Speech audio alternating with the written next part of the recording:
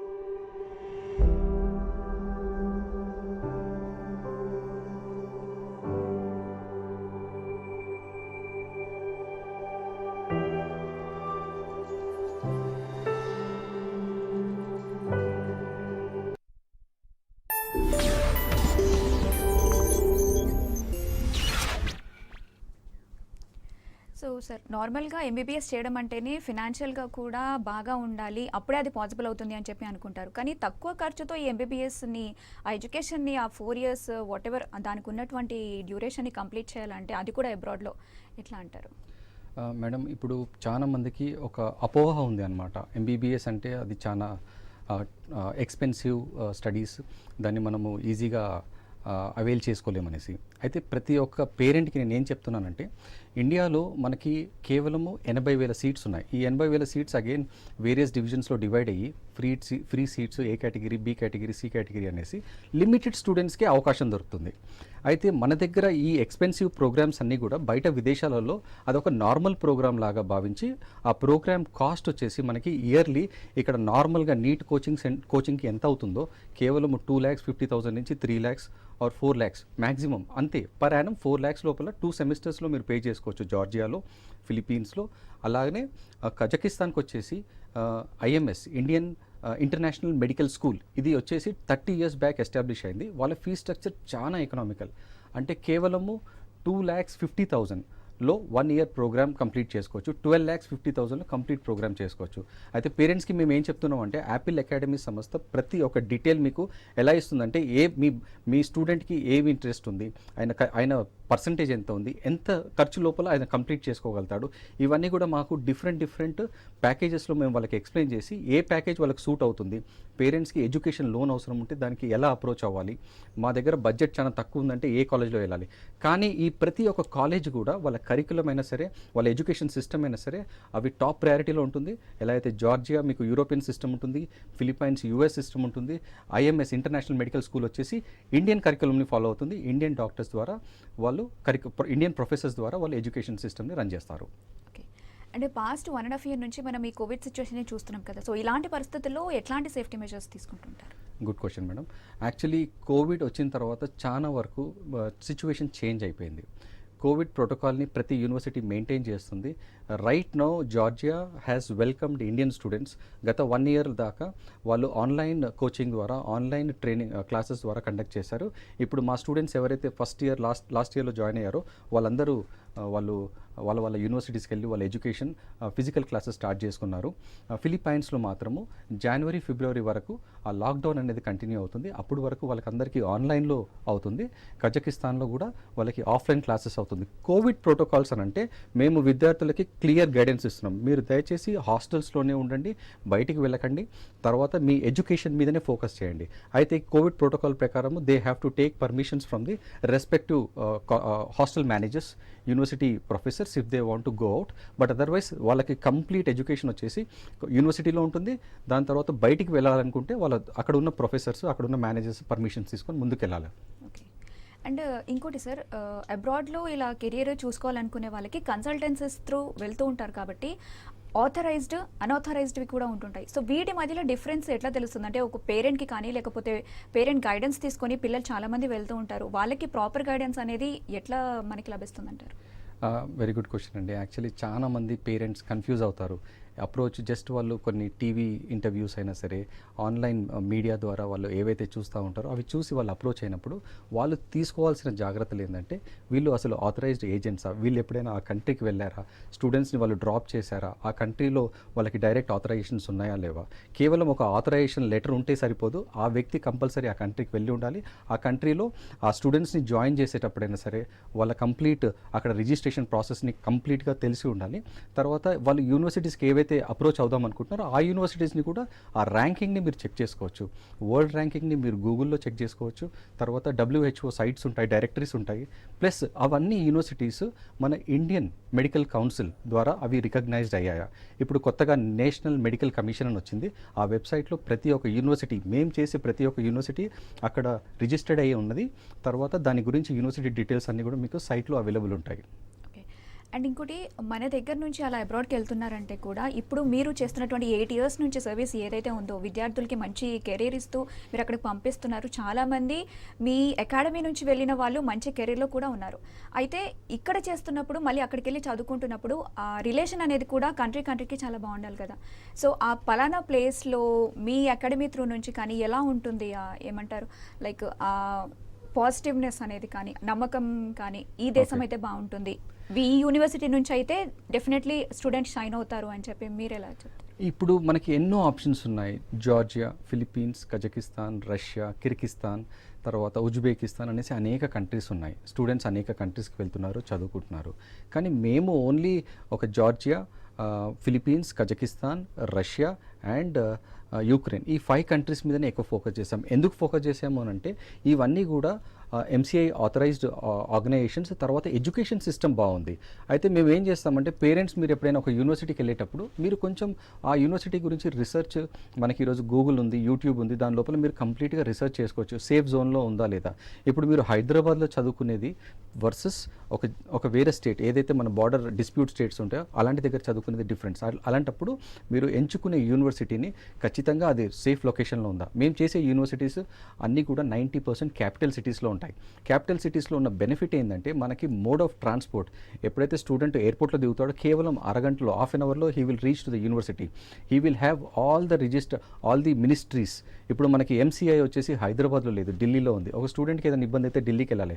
అదే మేము చేసే జార్జియా యూనివర్సిటీస్ వచ్చేసి టిబ్లిసీ యూనివర్సిటీస్ని ఎంచుకుంటాం. అక్కడ ఏదైనా సరే వర్క్ వాళ్ళకి ఫాస్ట్గా అయిపోతుంది. అలానే మేము Kazakhstan university Almaty, it is also a capital city. Philippines, Manila, again it is a capital city. అయితే క్యాపిటల్ సిటీలో ఉండే ఫెసిలిటీస్ వేరే సిటీస్లో మనకి అందుబాటులో ఉండవు కాబట్టి మేము ఎక్కువ ఫోకస్ చేసేది ఆ క్యాపిటల్ సిటీస్ ప్లస్ దరిదాపులో వాళ్ళకి అన్ని ఫెసిలిటీస్.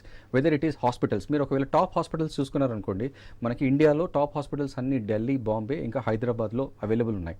ఎందుకంటే మన దేశం చాలా పెద్దది కాబట్టి అనేక సిటీస్లో టాప్ హాస్పిటల్స్ ఉన్నాయి. But when we go to other countries వాళ్ళకి కూడా వాళ్ళకి main hospitals, main organisations, ministries ఇవన్నీ కూడా క్యాపిటల్ సిటీస్లో ఉంటాయి.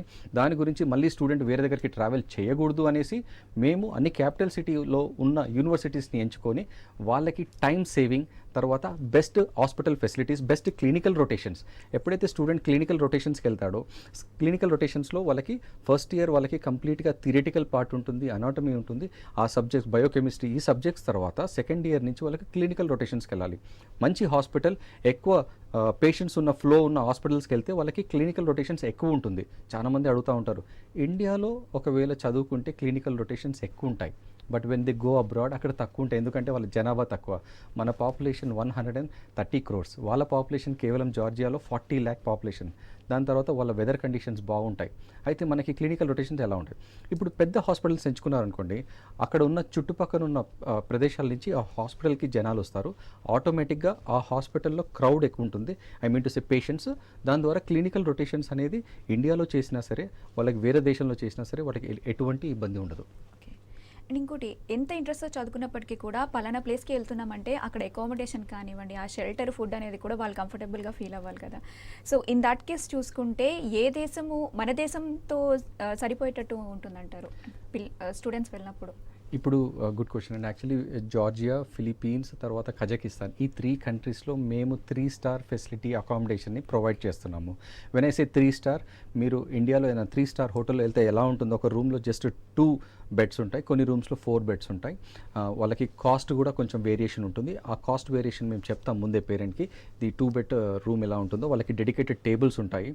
తర్వాత ఆ హాస్టల్స్ వచ్చేసి యూనివర్సిటీ నుంచి జస్ట్ ఒక 3 minutes వాకబుల్ డిస్టెన్స్లో ఉంటుంది. ఫిలిప్పీన్స్లో ఇన్ హౌస్ హాస్టల్, కజకిస్తాన్లో ఇన్ హౌస్ హాస్టల్, బట్ జార్జియాలో వచ్చేసి హాస్టల్ వచ్చేసి మనకి ఎగ్జాక్ట్లీ 3 minutes వాకబుల్ డిస్టెన్స్లో ఉంటుంది. ఫుడ్ వచ్చేసి కంప్లీట్ ఇండియన్ ఫుడ్ అండి. జార్జియాలో మేము 3 time మీల్స్, ఫిలిప్పైన్స్లో 3 time మీల్స్ ప్లస్ కజకిస్తాన్లో కూడా సేమ్ ఉంటుంది. బట్ అదే మేము ఫుడ్ అనేసరికి ఇండియన్ ఫుడ్, మీరు ఇంట్లో ఏదైతే ఉంటుందో సేమ్ టు సేమ్ ఫుడ్ ఉంటుంది. సో ఫుడ్ గురించి ఎటువంటి మీకు టెన్షన్ లేదు. స్టూడెంట్స్ ఎవరైతే వెళ్తున్నారో వాళ్ళు ఖచ్చితంగా పేరెంట్స్ వాళ్ళు హ్యాపీగా పంపించవచ్చు. ఎందుకంటే మీకు ఇక్కడ దొరికే ఇడ్లీ, దోశ, వడ, అంటే నేను ఎందుకు అంత స్పెసిఫిక్గా అంటానంటే పేరెంట్స్ అడుగుతూ ఉంటారు మా దగ్గరకు వచ్చి, సార్ పిల్లలకి ఇక్కడ ఇది అలవాటైంది, అక్కడ మనకి సేమ్ ఫుడ్ దొరుకుతుందా దొరకదని. అటువంటి ఏమీ బాధ లేదండి. కొన్ని రోజులు మాత్రం అడ్జస్ట్ అవ్వాలి. సేమ్ మన మదర్ ఎలా చేస్తుందో బయట ఎక్కడ కూడా మనకి అలాంటి ఫుడ్ దొరకదు కాబట్టి you cannot expect same food, but definitely మంచి ఫుడ్ దొరుకుతుంది వాళ్ళకి. అంటే మీరు చెప్పిన దాన్ని బట్టి నిజంగా స్టూడెంట్స్ ఎవరైనా ఈ వేలో వెళ్ళాలనుకుంటే వాళ్ళకి మంచి ఆపర్చునిటీ అని చెప్పొచ్చు. సో మనం ఇంకొక ఏవి చూద్దాము. మీ యాపిల్ అకాడమీకి సంబంధించింది ఎలా స్టూడెంట్స్ని గైడ్ చేస్తున్నారో, ఎలా సపోర్ట్ చేస్తున్నారో, will look into one another review.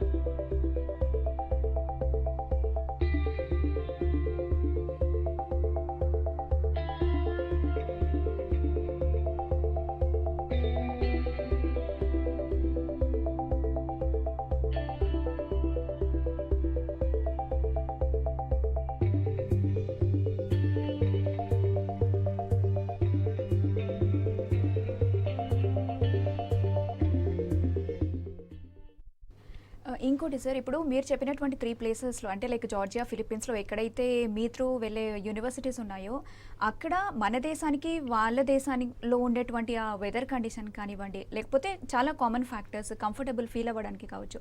So, ఏ దేశానికైతే మీరు ఎక్కువ ప్రిఫరెన్స్ ఇస్తూ ఉంటారు? అంటే ఎక్కడ పంపించడానికి, ఇక్కడైతే బావుంటుంది స్టూడెంట్స్‌కి definitely they will have successful career అని చెప్పి ఏ యూనివర్సిటీతో అయితే మీరు చెప్తారు? మేడం మేము చేసిన యూనివర్సిటీస్ అన్నీ కూడా టాప్ యూనివర్సిటీస్. ఈ యూనివర్సిటీస్లో అన్ని ఆథరైజేషన్స్ ఉన్నాయి. అయితే పేరెంట్స్ ఏం చేస్తారంటే కన్సల్టెంట్ని అప్రోచ్ అయ్యే ముందే డెఫినెట్గా వాళ్ళు ఒక మైండ్ సెట్ తోటి వస్తారు, మా పిల్లల్ని ఈ కంట్రీకి పంపిద్దామనేసి. మేము చూస్ చేసుకున్న 4 to 5 కంట్రీస్లో మేము టాప్ యూనివర్సిటీస్ని చూస్ చేసాం. Weather it is Caucasus international university in Georgia is the second best university. When I say second best, first best university government university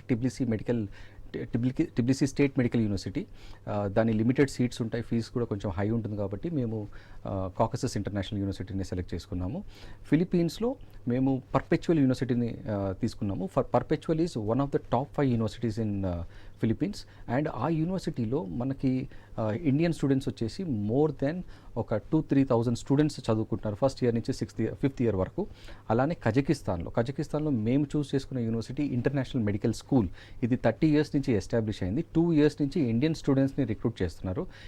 ఈ యూనివర్సిటీ ప్రత్యేకత ఏంటంటే కంప్లీట్ ఫ్యాకల్టీస్ అయినా సరే, ప్రొఫెసర్స్ అయినా సరే ఇండియన్ ఫ్యాకల్టీని వాళ్ళు తీసుకెళ్ళి ఇండియన్ కరికులంని మెయింటైన్ చేస్తున్నారు with a very low fee structure. Just 12,50,000లో మీరు ట్యూషన్ ఫీజ్ కంప్లీట్ అవుతుంది. కాబట్టి మేము ఈ 3 యూనివర్సిటీస్ని చూస్ చేసాము.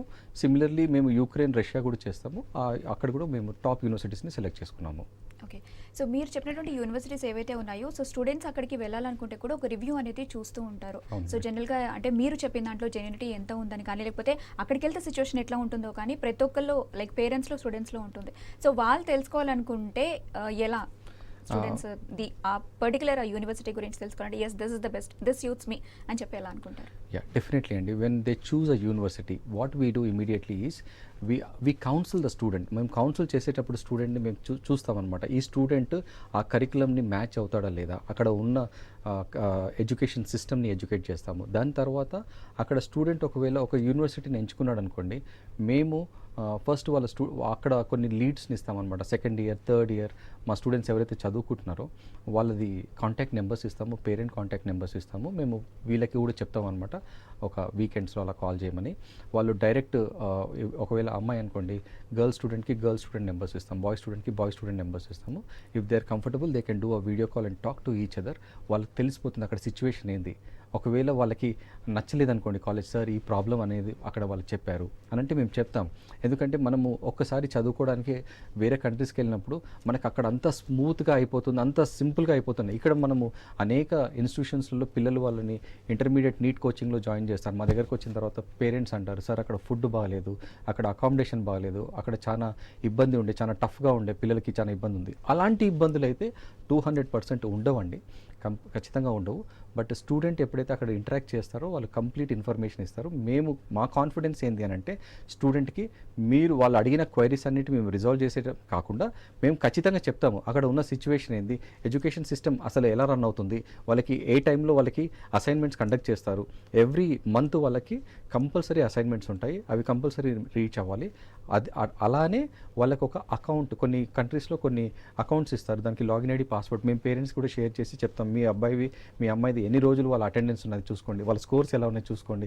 So that parent is confident, my daughter, my son is in a safe hand, I know exactly what is ఈ డూయింగ్ రైట్ నో. సో వాళ్ళకి తెలుసు అనమాట. సో మేము ఏం చెప్తున్నామంటే మీరు ఎప్పుడైతే మమ్మల్ని అప్రోచ్ అయ్యి మా కౌన్సిలింగ్లో మీరు అన్ని విషయాలు తెలుసుకుంటారో డెఫినెట్గా మేము మీకు అక్కడ చదువుకునే విద్యార్థి లేకపోతే గర్ల్ స్టూడెంట్స్ వాళ్ళ కాంటాక్ట్ నెంబర్స్ ఇస్తాము, వాళ్ళతోటి మీరు కాంటాక్ట్ చేయొచ్చు. అయితే వన్స్ అక్కడ ఎంబీబీఎస్ కోర్స్ కంప్లీట్ చేసిన తర్వాత మళ్ళీ ఇక్కడికి వచ్చి కెరీర్ స్టార్ట్ చేయాలనుకుంటే స్పెషల్గా వేరే ఎగ్జామ్ అంటే ఎంట్రన్స్ లైక్ థింగ్ ఏదైనా రాయాలంటారా? వాళ్ళు ఎట్లా ప్రొసీడ్ అవ్వాలి? ఓకే, కరెంట్ సిచ్యువేషన్ గురించి నేను ఎక్స్ప్లెయిన్ చేస్తానండి. కరెంట్ సిచ్యువేషన్లో మనకి ఫారెన్ మెడికల్ గ్రాడ్యుయేట్ ఎగ్జామినేషన్ ఇక్కడ కండక్ట్ చేస్తారు. అది కంప్లీట్ అయిన తర్వాత నీట్ పీజీ ఎగ్జామ్కి వాళ్ళు ప్రిపేర్ అవుతారు. నీట్ పీజీ రాసిన తర్వాత ఇక్కడ పీజీ సీట్ వస్తుంది, లేదంటే వాళ్ళకి డొనేషన్ సీట్ ద్వారా జాయిన్ అవుతారు. ఇక్కడ కొంచెం మనకి లిమిటెడ్ సీట్స్ ఉన్నాయి, లిమిటెడ్ ఇన్స్టిట్యూషన్స్ ఉన్నాయి. హై కాంపిటీషన్ వల్ల చాలామంది పీజీకి వేరియస్ కంట్రీస్కి వెళ్తూ ఉంటారు. వాళ్ళకి వేరియస్ ఆప్షన్స్ ఉన్నాయి, whether it is USMLE, PLAB or other కంట్రీస్లో అదర్ ఆప్షన్స్ ఉన్నాయి. అయితే మేము మా విద్యార్థులని ఏ ఇన్స్టిట్యూషన్స్కి పంపిస్తున్నామో అక్కడ వాళ్ళకి కొన్ని స్పెషల్ కోచింగ్స్ ఇవ్వబడుతుంది. ఫర్ ఎగ్జాంపుల్ మన ఇండియన్ సిస్టమ్ వచ్చేసి కజకిస్తాన్లో ఉంది, మనకి యూఎస్ సిస్టమ్ వచ్చేసి ఫిలిప్పైన్స్లో ఉంది. తర్వాత మన యూరోపియన్ ఎడ్యుకేషన్ సిస్టమ్ ప్లాబ్కి ప్రిపేర్ అవ్వాలంటే వాళ్ళు జర్మన్ లాంగ్వేజ్ నేర్చుకోవడానికైనా సరే వాళ్ళకి ఎక్కడ వాళ్ళు ఎలా నేర్చుకోవచ్చు ఈజీగా, తర్వాత వాళ్ళ ఎగ్జామ్కి ఎలా ప్రిపేర్ అవుతారు, ఇవన్నీ స్టెప్ బై స్టెప్ మేము అన్నీ వాళ్ళకి ఎడ్యుకేట్ చేస్తాము. తర్వాత వాళ్ళకి ఎక్కువగా జార్జియా, ఫిలిప్పైన్స్, కజకిస్తాన్లో సక్సెస్ఫుల్గా కంప్లీట్ చేసిన గ్రాడ్యుయేట్స్ చాలామంది ఇండియాలో మేజర్ ఇన్స్టిట్యూషన్స్లో వాళ్ళు ప్రాక్టీస్ చేస్తున్నారు. తర్వాత చాలా విద్యార్థులు అబ్రాడ్లో కూడా అనేక కంట్రీస్లో చదువుకుంటున్నారు. ఓకే సార్, మనము నెక్స్ట్ ఇంకొక ఏవి చూద్దాము.